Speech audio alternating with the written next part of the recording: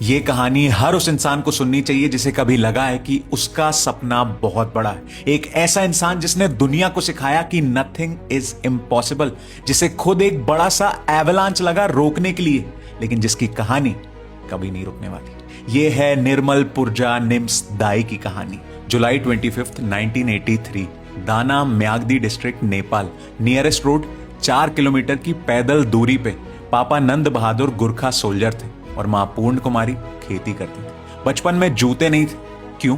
क्योंकि घर में पैसे नहीं थे। 3 बड़े भाई, सब के सब गुरखा। निम्स सबसे छोटे थे लेकिन सबसे डिटर्मिन्ड। 2003, 18 साल की उम्र में British army brigade of गुरखास top recruit of his intake. 6 साल गुरखा सर्विस की और फिर एक और इम्पॉसिबल गोल की तरफ। 2009 स्पेशल बोट सर्विस, यूके की most elite special forces unit apply किया और 200 साल से ज्यादा की गुरखा हिस्ट्री में पहला गुरखा एसबीएस में सिलेक्ट हुआ। निर्मल पुरजा अफगानिस्तान में डिप्लॉय हुआ, कोल्ड वेदर वॉरफेयर स्पेशलिस्ट। दुनिया के कुछ सबसे डेंजरस वॉर जोन्स में मिलिट्री मेडल MBE। लेकिन निम्स के लिए अभी भी कुछ मिसिंग था। 2019 में निम्स ने प्लान किया कि दुनिया के 14 सबसे ऊंचे पहाड़ 8000 मीटर से ऊपर सब एक बार में सबसे जल्दी चढ़ूंगा। प्रीवियस रिकॉर्ड 7 साल 310 दिन।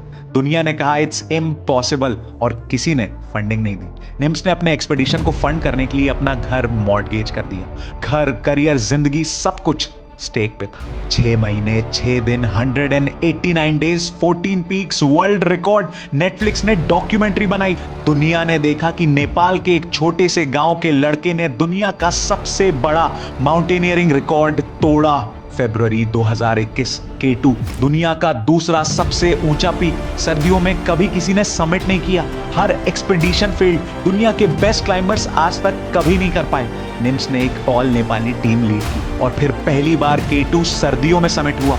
जुलाई 2026, ब्रॉड पीक, पाकिस्तान। 8051 मीटर्स, दुनिया का 12वां सबसे ऊंचा पीक। सुबह 9 बजे एक एवलांच आया।